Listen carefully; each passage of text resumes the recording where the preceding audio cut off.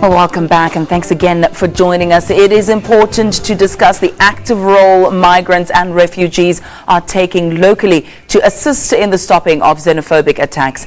The Consortium for Refugees and Migrants in South Africa is one such group, and their representative is here today, Acting Director Roshan Dadoo, to speak to us further about the organization. Good morning to you. Welcome. Thank you and good morning. Tell us a bit about the NGO. What exactly do you do?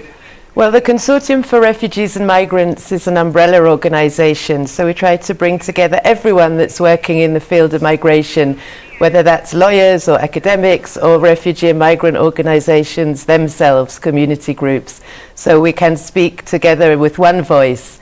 As you see, I think in the last weeks it's very necessary that people who are opposed to this xenophobic violence speak out and speak out loudly and in a united way against it. You started this initiative unofficially in, I think, 1996, you said it was earlier. Back then, one wouldn't have foreseen what we're seeing today. What necessitated your organization all those years ago? Well, I think it was a loose network that came together when the bill was coming together, what then became the Refugee Act. So it was organizations that were keen to see a humane and human rights-based refugee policy in line with our constitution, and which domesticates our international obligations that we have under the International UN Charter on Refugees. And I think we're known as South Africa as having one of the best practice refugee legislations.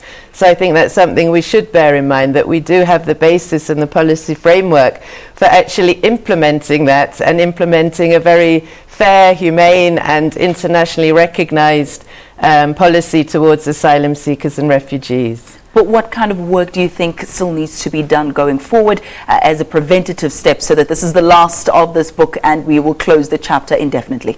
Well, I think we don't need to reinvent the wheel. Sadly, after 2008, where there was those awful xenophobic attacks and many deaths, that the Human Rights Commission produced a report with a whole raft of recommendations for all government departments at national, local and municipal level, for civil society, for South Africa, that if we had taken note then, maybe we hopefully would not have seen a repeat of the violence, because some things are long-term programs, education in schools, in the school curricula, learning about the continent, our role in the continent, our own history, and also why people are now coming to South Africa.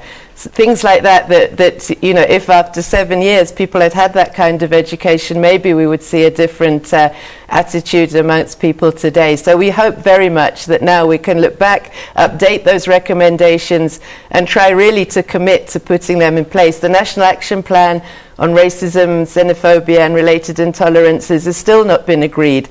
In fact, if you remember, in 2001 we hosted an international conference against racism, a huge UN conference in Durban, and now in 2015 we saw the sad scenes last week that were taking place. So I really think we need that framework, we need that policy framework to guide all government departments, service providers, security departments, and to make it possible for the public, us, the people that live in the country, to stand up loudly and say, no, we're against xenophobia. We welcome people from all over the world into our communities. We understand why people come, and we want to show that we live by the principles that our constitution provides for us. Let's talk about the part that you play in all of this. You do have a couple of activities lined up to deal with this matter.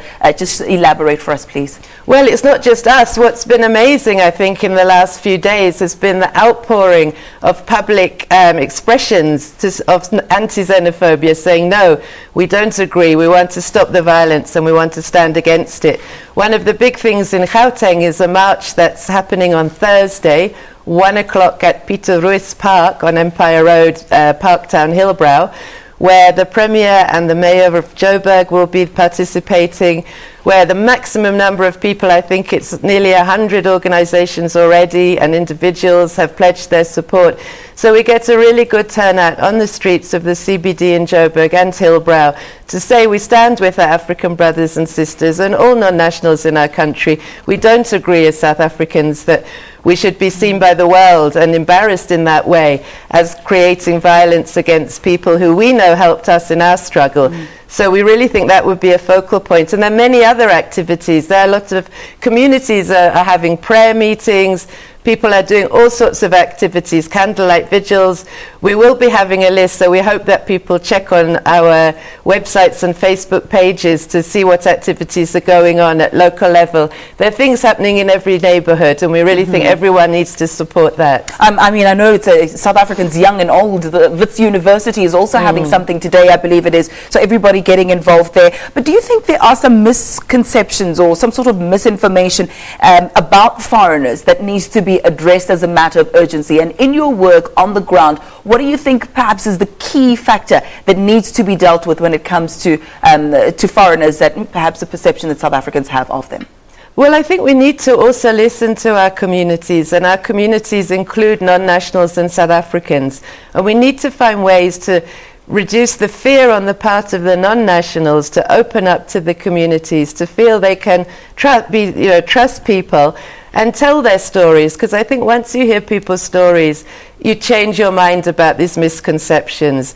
We know that a lot of people have all sorts of negative attitudes around foreigners, but really we need to see people as part of our communities and understand. I mean, many people come here as asylum seekers and refugees, even if they're running shops or businesses, because in our law, government doesn't pay for refugees. People must find their own way in our country and make their own living.